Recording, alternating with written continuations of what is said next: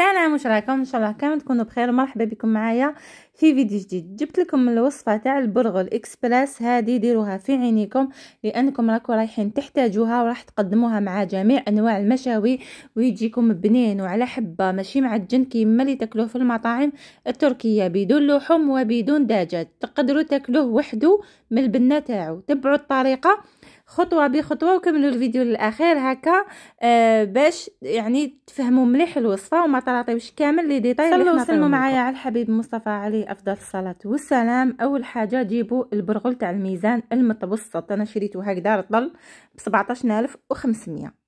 هذا رطل شريته متوسط. تدوا منه الكميه اللي حبيتوها. انا حندي كاس ويشوفوا يزيد ويزكى، دونك هذا حيخرج لكم الله يبارك كميه كبيره.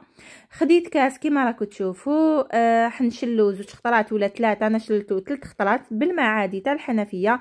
المره الاولى شوفوا اللون تاع الماء كيما هو كيما الروز، راح يجيكم اللون ابيض حتى يصفى الماء تاعو. شوفوا خليوه واحد 10 دقائق بك في الماء، ما تخليوهش بزاف باسكو من بعد يتعجن لكم.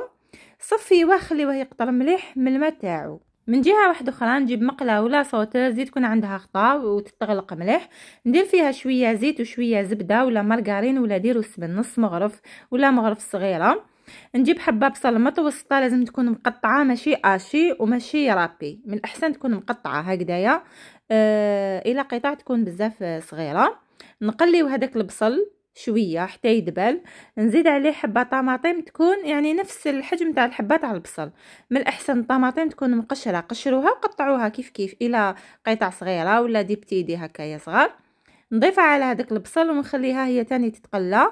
نضيف عليها تاني سنه توم تكون كبيره، من الاحسن تكون كبيره ولا ديروا 2 متوسطين.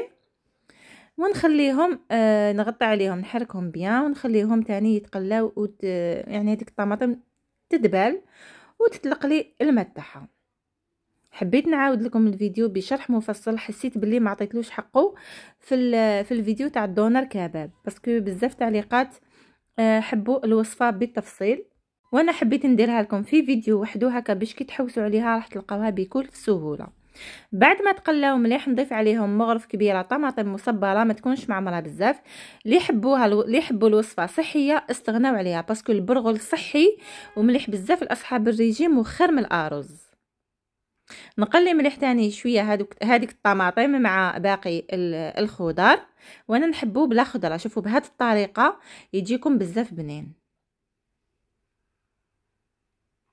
بعد ما تقلات لي شويه هذيك الطماطم 1 دقيقه برك ولا اقل، نضيف عليها كامل كميه البرغل بعد ما قطر مليح من الماء تاعو، شويه ملح، وعندي مغرف كبيره تاع كريوي الا كان نوعيه جيده والا كان تاعكم يعني كحل سي با لا بين ديروه ولا ديروا كميه صغيره. عندي ربع ملعقه صغيره تاع كمون وشويه فلفل الكحل فقط. هذا واش درت فيه التوابل. نقلب هذاك البرغل مع التوابل والخضره هذيك، نخليه يعني على نار قليله، نبقى نقلب فيه هكا مده دقيقه برك ما طولوش بزاف.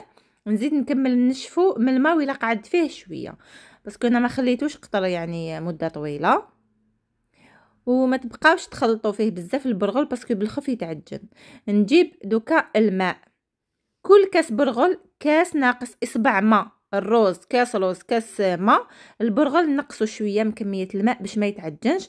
ونضيف عليه مكعب مرق دجاج، هو اللي حيعوض لي الدجاج في الوصفه. تحبوا ديروه بالدجاج ديروه بالدجاج، انا ما درتوش بالدجاج، حبيت نقدمه هكذايا يعني بدون لحوم. ولا تحبوا تمرقوه بالفون تاع البوري كيما حبيتوا.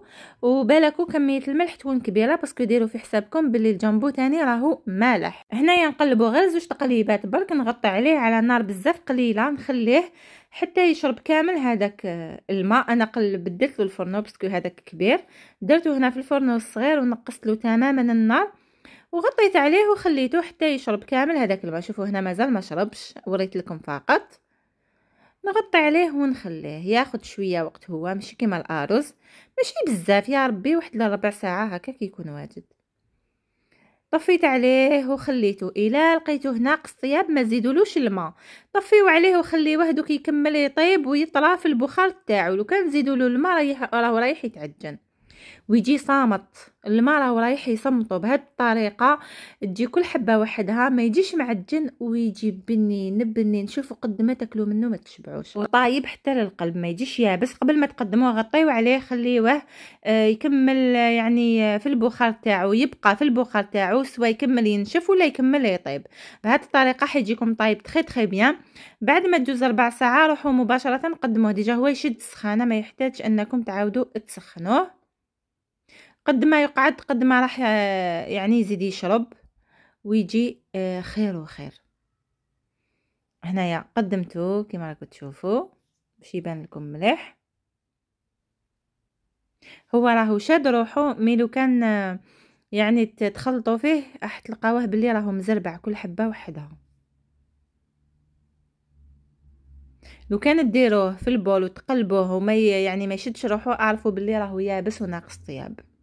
شبحتوه بشويه معدنوس وراهو واجد. وانتم قدموه مع واش حبيتوا، تحبوا تاكلوه هكذا وحده، تحبوا تقدموه مع المشاوي، دي فوا نشرو من البرا دجاج محمر ما نصيبوش مع واش نقدموه ابار لي فخيت. ولا هاد الوصفه رائعه بزاف، بنينه وسهله يعني اكسبريس بالخف توجد، واكيد راهي رايحه تنال اعجابكم وصحيه في نفس الوقت.